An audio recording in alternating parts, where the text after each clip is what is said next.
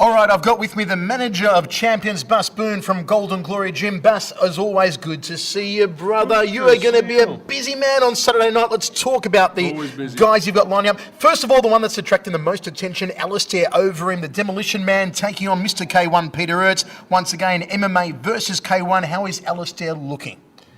Well, he's always looking good. He's always looking big, that's for sure. He's a monster. Yeah. A lot of people. I mean, a lot of people have been saying that. The fact of the matter is, Alistair always have been a heavyweight.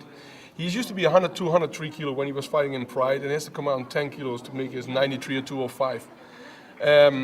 After he had a lot of problems, like in the later minutes of the round, 6, 7, 8 minutes into the round, he would get like fatigue. And we decided to come up, go to a heavyweight, and he's performing very well. He's doing very well in the heavyweight division. He's training now with the guys in Breda. He's training with all the stand-up guys there now, and he is really improving a lot. Of course, his still the MMA style is still some orthodox for a lot of kickboxers to fight, because with Alistair, you don't know. It can come from every side. He's very well. His physique is great. His conditioning for a heavyweight is really good. So I expect fireworks from him. I mean, he defeated Badahari very convincingly, and I think he even defeated Remy Bojanski. We told him to take risk in round 3 because we didn't agree that it was a 10-10-10 round, the first and the second. If Alistair is to beat Peter, how does he do it? How do you beat Peter Ertz when you're Alistair Overeem? Pressure. Pressure him from the opening? Of course. Peter, I mean, you've seen what Badahari did to him. If you're going to fight a kickboxing fight with Peter Ertz, you're going to lose. You gotta bring it to him. You gotta make war. Okay, that's number 1. Let's take a look at the next man on the Golden Glory roster, Semi Schultz. Semi was eliminated last year at this time by Peter Ertz in a classic battle. He steps up against the new sensation, Daniel Guita. Guita blew out the competition on August 11, but you've got to put it into perspective, I suppose, Bas. It wasn't great competition that Daniel Guita beat, and now he's taking on one of these simply the great legends, a 3-time champion, Semi Schultz. How's Semi looking, and what are your thoughts on him facing Guita? Well, Semi's in great shape. I mean, obviously his last year wasn't the best when he was qualifying for the Grand Prix. He just moved to a new house. He was into like a building the place. He was just became a father, so there was a new fellow in the family. Right now, he's got his priorities very straight. He's been training very hard.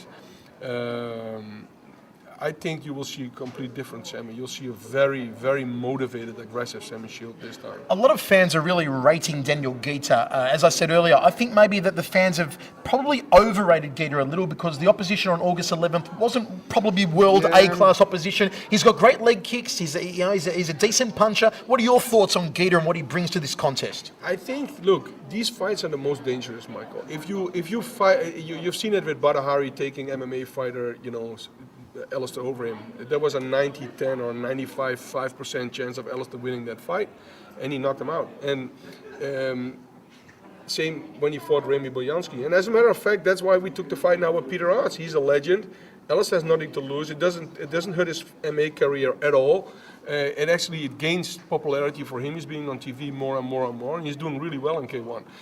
Guita, in that matter, is a low kicker. Semi comes from karate, so he's not going to have too much of a trouble with that. It's not going to be hard, Bas, because you look like a little version of Guita.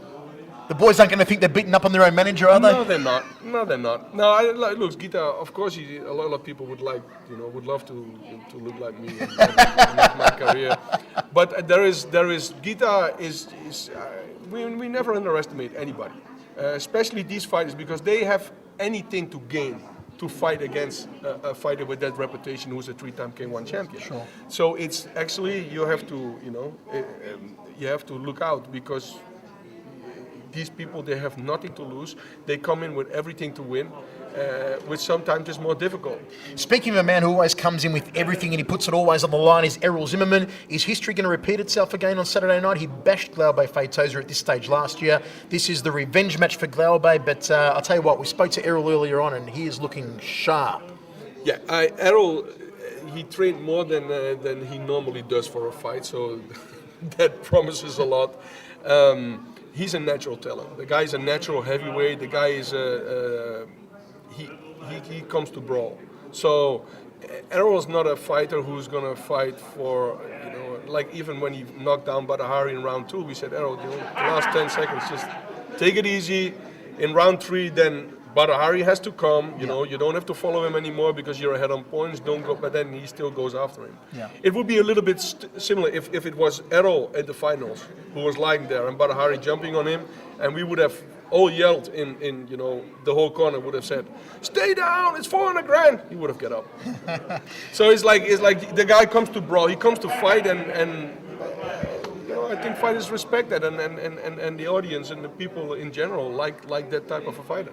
Okay, the busiest manager of the night here is the Bobby the Brain Heenan of the K-1, Bas Boon. Bas, good luck on Saturday night. Golden Glory, represent again, Bas Boon. Thank you, the voice. Bas Boon.